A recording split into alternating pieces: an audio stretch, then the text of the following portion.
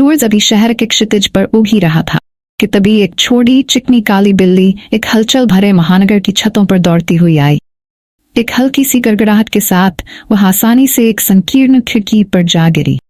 जब वह अपने आसपास का सर्वेक्षण कर रही थी तो उसकी चमकीली पन्ना जैसी आंखें चमक रही थीं। हर आवाज पर उसके कान हिल रहे थे। अंजू एक जासूस था। जासूसी, घुसपैठ और चालाक रणनीति में माहिर था। वह छाया से भी तेज और सांस से भी शांत थी। हालांकि आज सुबह कुछ अलग था। उसके छोटे चमड़े के कॉलर वाले पाउच की जेब में एक जरूरी सम्मन था। उसे एक ऐसे गाड़ी के लिए मुख्यालय में बुलाया गया था। उसके द्वारा पहले सामना की गई किसी भी चीज से अधिक खतरनाक होने का वादा करता। एक छिपी हुई गली में फिसलते हुए वह एक छोटे से वेंट से फिसल गई और खुद को फिलिन इंटेलिजेंस सर्विसेज (FIS) के गुप्त अड्डे के अंदर पाया। संगठन को जानवरों की दुनिया के बीच शांति बनाए रखने का काम सौंपा गया। आधार गहरे भूमिगत छिपा हुआ था, मानव आंखों के लिए अदृश्य था और जानवरों के साम्राज्य के लिए ज्ञात सबसे उन्नत सुरक्षा प्रणालियों द्वारा संरक्षित था। एजेंट अंजू, कमांडर हुट नाम के एक बड़े बुद्धिमान बूढ़े उल्लू ऑपरेशन के प्रमुख का अभिवादन किया। उसकी पीली आंखें गंभीर थीं और उसकी आवाज में गंभीरता थी जिसने अंजू के रोएं खड़े कर दिए। हमारे पास आपके लिए जो मिशन है वह अत्यंत महत्वपूर्ण है।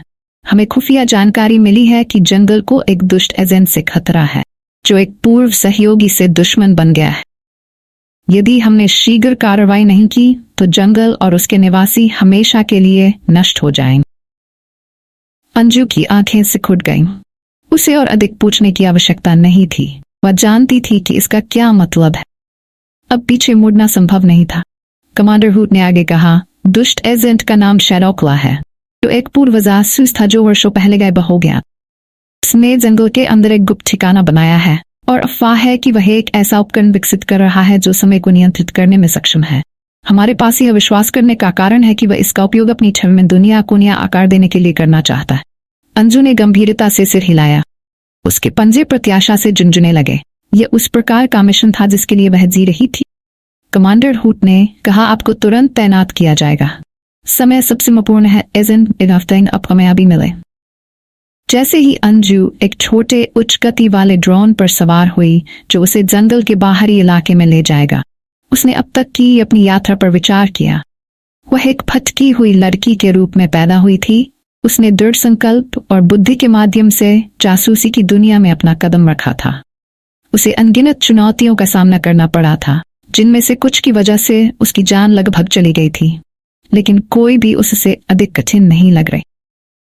जंगल उसके सामने एक अंधेरे अभेद्य किले की तरह मंडरा रहा था। जैसे ही उसके पंजे जमीन को छूते थे, उसका स्वागत कर्कश आवाजों से होता था।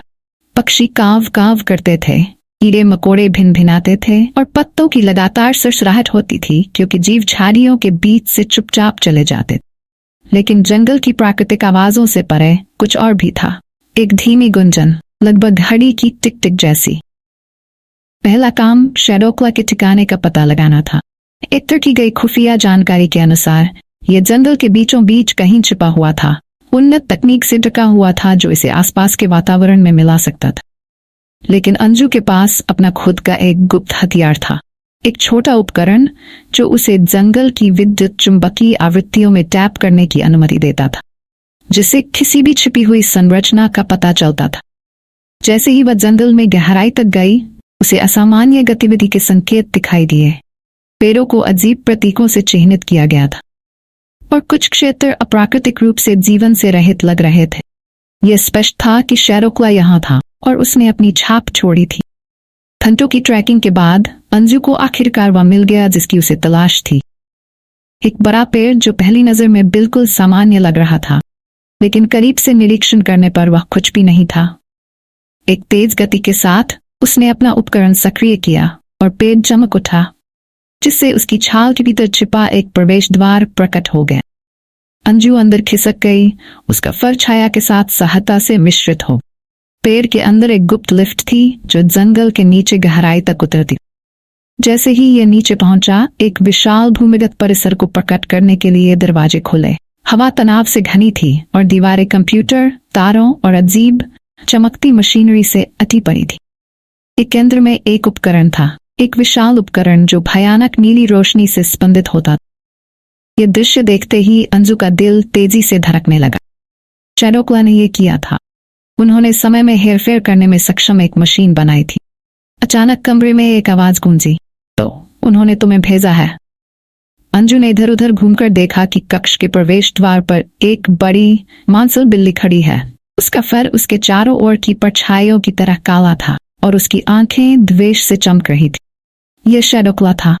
उन्होंने व्यंग्यपूर्वक कहा, मुझे पता होना चाहिए था कि वे अपना सर्वश्रेष्ठ भेजेंगे, लेकिन अब बहुत देर हो चुकी है। अंजू, उपकरण तैयार है और जल्द ही मैं समय को स्वयं नियंत्रित कर लूंगा। जंगल, दुनिया, वे सभी मेरे सामने झुकेंगे। अंजू ने फुसफुसाया। उसके पंजे फैल गए। आप इससे बच नहीं पाएंगे शैडोक्ला। मैं तुम्हें ऐसा नहीं करने दूंगा। शैडोक्ला अंधेरे में मुस्कुराया। आपके पास कोई विकल्प नहीं है। दोनों बिल्लियां एक दूसरे का चक्कर लगा रही थीं। उनकी मांसपेशियां तनावग्रस्त थीं, युद्ध के लिए तैयार थीं। शैडोक्ला बड़ा और मजबूत था, लेकिन अंजू तेज और अधिक चुस्त था। वह तेजी से छलांग लगाकर उसके गले को निशाना बनाकर झपट, लेकिन शैडोक्ला भी तेज था और उसने उसके हमले को आसानी से टाल दिया। लड़ाई भयंकर थी। दोनों बिल्लियां वार कर रही थीं और हमलों से बच रही, लेकिन जैसे जैसे लड़ाई बढ़ती गई, अंजू को कुछ एहसास हुआ। शैडोक्ला सिर्फ जीतने के लिए नहीं लड़ रहा था, वह समय खरीदने की कोशिश कर रहा था। डूबती हुई भावना के साथ अंजू ने उपकरण पर नजर डाली। यह बहुत जोर से गुनगुना रहा था कि चमक हर गुजरते सेकंड के साथ तेज होती जा रही थी।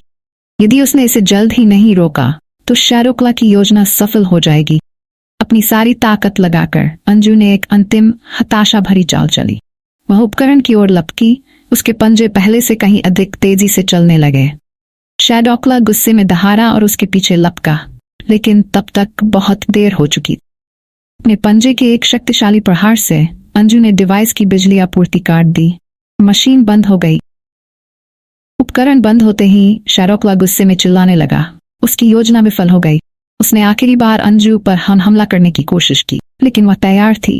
एक तेज गति के साथ उसने उसे ठंडा कर दिया। जैसे ही अंजू शैडोक्ला के अचेतन रूप के ऊपर खड़ी हुई, लड़ाई के परिश्रम से हाँफते हुए उसने मिशन पर विचार किया। यह सिर्फ शैडोक्ला को रोकने के बारे में नहीं था, यह कुछ और भी बड़ा था। सत्ता की तलाश में शैडोक्ला सबसे महत्वपूर्ण सबक भूल गया था। समय कीमती था और यह नियंत्रित या हेरफेर की जाने वाली चीज नहीं थी। यह कुछ ऐसा था जिसे संजोया जाना चाहिए, जिसका सम्मान किया जाना चाहिए। प्रत्येक क्षण एक उपहार था और जिन लोगों ने इसे अपनी इच्छानुसार मोड़ने की कोशिश की, वे अंततः सब कुछ खो देंगे। जैसे ही फिलिन इंटेलिजेंस सर्विसेज शैडोक्ला को हिरासत में लेने के लिए पहुंची, अंजू ने अपने आसपास के जंगल को फिर से जीवंत होते देखा। पक्षी फिर से गा रहे थे, कीड़े भिनभिना रहे थे, जंगल बच गया था। लेकिन इससे भी महत्वपूर्ण बात यह है कि अंजू को पता था कि असली जीत शैडोक्ला को हराने में नहीं थी। यह समझ में आया कि सच्ची शक्ति समय को नियंत्रित करने से नहीं आती, यह उसके साथ सद्भाव में रहने से आती है। और उस विचार के साथ अंजू मुड़ी और अपने अगले मिशन के लिए तैयार होकर जंगल में गायब हो गई।